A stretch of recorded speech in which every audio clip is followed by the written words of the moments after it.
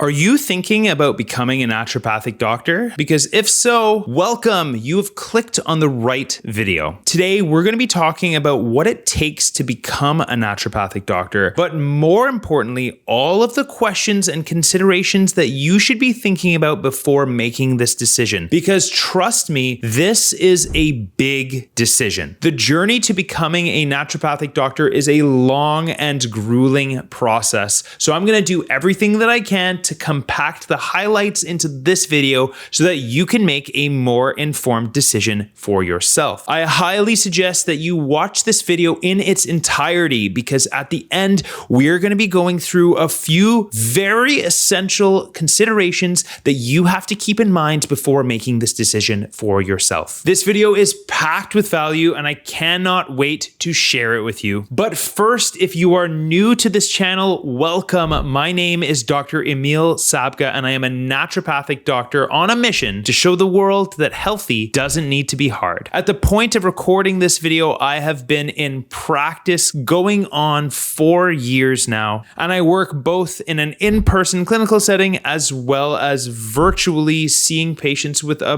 broad array of health concerns. Now, even though I've been practicing for almost 4 years, I've been in the naturopathic profession for about 9 years, starting my journey back in September of 2015 at the Naturopathic College here in Toronto. Everybody has their own unique story of how they find naturopathic medicine in the first place. Maybe you have a genuine passion for health and wellness and you're hoping to make a career out of it. Maybe you want to inspire people in your community to live healthier lives. Maybe you had a profound experience yourself with a naturopathic doctor and want to become that yourself. Regardless of what drew you into this field, it is important to know the good, the bad, and the ugly before getting yourself into it. So here we go. The journey actually starts at the undergraduate education level. Most accredited naturopathic medical schools will require basic sciences as a prerequisite to gain access to the college. That generally means a foundation in biology, chemistry, psychology, other forms of life sciences. Every college has their own academic requirements posted on their website in the admissions section. And so, of course, this is the first place that you should start before sending out any applications. Once you've graduated from your undergrad degree and you've made sure to meet all of the academic requirements, it's time to start sending in some applications. I myself attended the Canadian College of Naturopathic Medicine here in Toronto, Ontario, Canada. This is just one of 2 accredited schools in the entire country.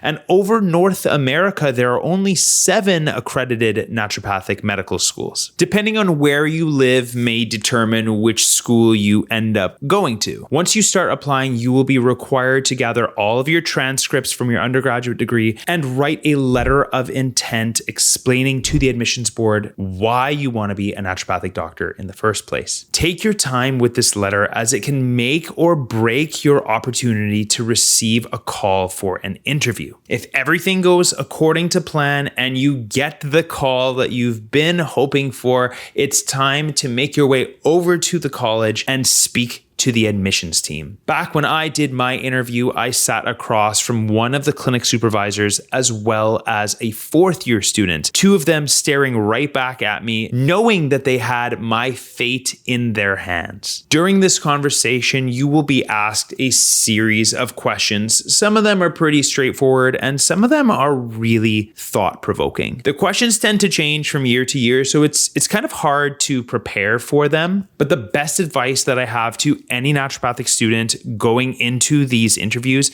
is to be as honest and transparent as possible. These interviewers have heard every cookie cutter answer out there, so it's in your best interest to stand out and be true to who you really are. That's what's going to set you apart from everybody else in that interview room. If all goes well, you will receive the greatest letter of your life in the mail. Your acceptance letter. I remember the day that I got my acceptance letter. I swear it was like I was starting my life anew. I was finally really about to embark on the journey that I felt like I was called to embark on. But little did I know at the time that this would start the most grueling academic 4 years of my entire life. I'm not telling you this to scare you. I'm telling you this to prepare you. Once first year began, we were thrown into 11 courses all at the same time. We're talking all of your medical basic sciences like anatomy, physiology, immunology, biochemistry, as well as an introduction to all of the naturopathic modalities. Things like botanical medicine, traditional Chinese medicine and acupuncture, nutrition, lifestyle counseling, physical medicine, and even a little bit of homeopathy. 11 courses meant 11 midterms and 11 exams, all compressed into one crazy exam week twice a semester. Now, mind you, I was in school from 2015 to 2019, so they very well could have changed their process at this time, so do not take this as gospel. I'm just telling you what it was like just a few years ago. And whether they changed the schedule, it's not going to change the rigor of how difficult this program really is. This is not a program that you can just do on the side. Becoming a naturopathic doctor is a full-time job, and you will have to see it that way if you are going to be successful in this program and in this field in general. As you move through the program, you will eventually start to dip your toes into clinical life. In second year, you will get the opportunity to do a couple clinic shifts as a shadow underneath one of the interns. And in third year, you will have a bridge opportunity to be in the clinic a little bit more often and get a little bit more exposure to what it means to see patients. All the while, your courses are getting more specific and more intense. You have the opportunity to select specific focuses and elective courses, whether you want to spend more time learning about specific modalities or certain areas of concern like fertility, maternal and newborn care, hormone health, fibromyalgia and chronic pain. There are so many directions that you can take this thing in, and it all starts while you're at the college. Eventually, fourth year rolls around and it's time for your full-blown clinical internship year. During this year at the Naturopathic College in Toronto, you will do 4 shifts a week. 3 of them will be at the on-site clinic called the Robert Shad Naturopathic Clinic, and one of them will be at a satellite location that you will select pretty much at random depending on where you fall in the order. Most of them are within the city limits. There is one at Brampton Civic Hospital, and when I was in school, I did one out in Scarborough. These are community clinics that people do not pay for. This is a great opportunity for you to hone your clinical skills and see as many patients as you can. Along the way, your metrics will be tracked and you will have to ensure that you hit your numbers. These are requirements for graduation to make sure that you've done a certain number of acupuncture treatments, a certain number of spinal manipulations, so on and so forth. By completing these competencies, you learn more throughout the process and you understand what is indicated when. And before you know it, all 4 years at the Naturopathic College will fly by and it's time to graduate. You'll walk the stage with some of the closest friends that you will have ever made in your entire life, and you will receive your Doctor of Naturopathy degree. But even though school is done, the journey really is only just beginning, because now it's time to write all of your board exams. Board exam requirements can vary state to state and province to province. And so for the purposes of this video, I'm basically just going to be discussing Ontario, Canada. Naturopathic doctors in this province are regulated by the College of Naturopaths of Ontario. They're the ones who distribute your license to you after you have passed all of their exam competencies. First, it starts with the Ontario Biomedical Exam, where you will be tested on all of your basic sciences as well as many of the naturopathic modalities. This is set up very similarly to the USMLE exam that medical doctors might write in the US. It is a 3-hour-long, 150-question multiple choice exam,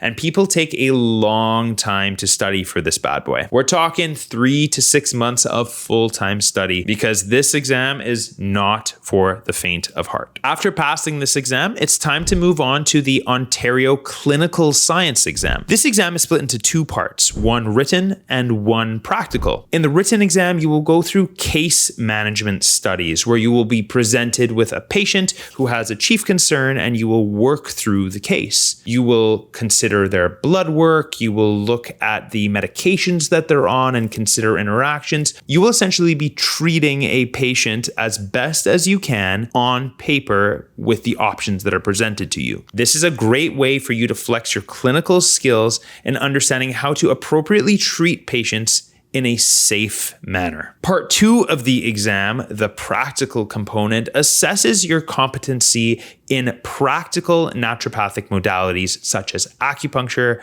physical exams, and manual therapy such as spinal manipulations. This can be a little bit challenging to study for, but rather this is something that you have to practice over and over. Get super comfortable working with your friends after hours because this is going to be an essential part of you passing this exam. Finally, after getting through biomedical and both parts of the clinical science exam, it's time to write the ethics and jurisprudence exam. This again is an online exam that will ensure that you will practice in an ethical and law-abiding way. It is the responsibility of the naturopath to meet all of the standards of care outlined by the College of Naturopaths of Ontario, and this exam just makes sure that you know everything that you're supposed to do and not supposed to do. Fortunately, this is actually an open book exam, but I would still highly recommend that you read the handbook in advance of doing this exam because it's more of a race against the clock than anything else. And after you get through all 4 of these exams, you are done. Congratulations. You can now practice as a naturopathic doctor. But wait, there's more. Even though you're qualified and you've passed all your exams, it's time to pay. You will now be subjected to annual fees that you will pay to the college to maintain your license, mandatory malpractice insurance, and of course your membership fees to the associations such as the Ontario Association of Naturopathic Doctors and the Canadian Association of Naturopathic Doctors. This will vary province to province, state to state, of course. But before you know it, you've just completed 4 years of school, each year valued somewhere between $25,000 to $30,000. You will have spent thousands of dollars on exams and textbooks and materials, and now you have to pay into your license, insurance, and associations every year that will round you out about $5,000 a year just so that you can practice. So if you're not picking up what I'm putting down, consideration number 1 for being a naturopathic doctor is that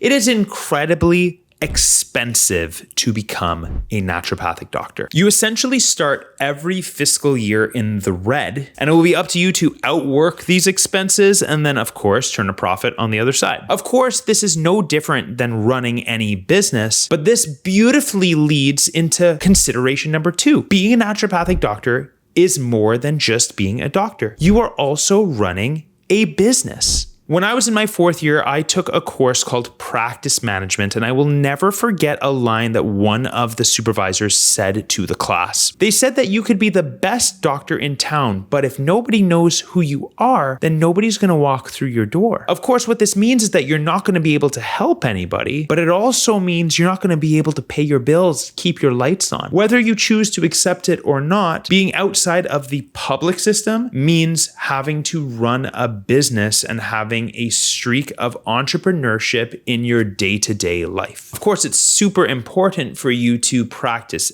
ethically, but at the end of the day, you have to be able to pay your bills. This means sharpening up on your sales skills, your marketing skills, and most importantly, actually being able to deliver results to the patients that are trusting you with their health. That's a lot of pressure for a new practitioner coming out of school, likely in debt. Now, all of these struggles are further compounded by consideration number 3, which is skepticism. Even though we are in 2024 at the time of recording this video, there are still tons of skeptics around the practice of naturopathic medicine. You will be accused of pseudoscience and quackery and witchcraft and you name it. And you will have to find a way to rise above and eloquently explain to people what it is that you truly do and the value that you can provide to them and their life. This can be a challenging thing to navigate, and it can certainly weigh down on your confidence. I remember when I was first starting at the college as a student and people would ask me what I was doing. And when I would tell them I was in naturopathic medical school, they would say, "What's that?" And at that time, it was really difficult for me to put it into words in a concise and confident way to win back their respect. The truth is, not everybody's going to respect what you do, and you have to be okay with it. But the good side is that there's never been a better time in history than right now to be a naturopathic doctor, because more and more people are seeking out this type of care. And I want to include a bonus nugget of information that I wish I knew back when I was starting as a naturopath. Along the way, you are being groomed to be a one-on-one practitioner. This means that you sit in a room across from a patient. They tell you what's wrong with them and you tell them how you can help them. This is not the only way that you can be successful as a naturopathic doctor. There are so many other opportunities that this field can afford you. Whether you choose to go into a research role, a sales role with a supplement company, a product development role, an educational role, you might even want to go into politics and try and change policies for future naturopathic doctors. There are so many directions that you can take this profession in. So I don't want you to simply box yourself in and think that you're going into one-on-one practice no matter what. The program is hard. It is expensive. It's even expensive to be a naturopath, and you have to fall into line as an entrepreneur as well as a doctor. Combine all of that with having to advocate as little brother to the conventional medical system. It can be really quite exhausting to be a naturopathic doctor. But the truth is, despite all of these challenges, I wouldn't have it any other way. Every day I see patients in my practice and I am reaffirmed that I am doing the right thing. I am constantly showered with gratitude and appreciation from my patients for truly caring about their story and wanting to make a difference in their lives. And if that is something that drives you, then it's very easy to put all of these negative considerations aside and go head first into this amazing profession. I hope that this video was helpful, and if you have any questions about being a naturopathic doctor or naturopathic medicine in general, please leave me a comment. I read all of them and respond to all of them. If you enjoyed this video, please give it a like and maybe consider subscribing to the channel. But most importantly, consider sharing this video with someone who you think would gain a lot of value from seeing it. Thank you so much for tuning in, and we will see you in the next video.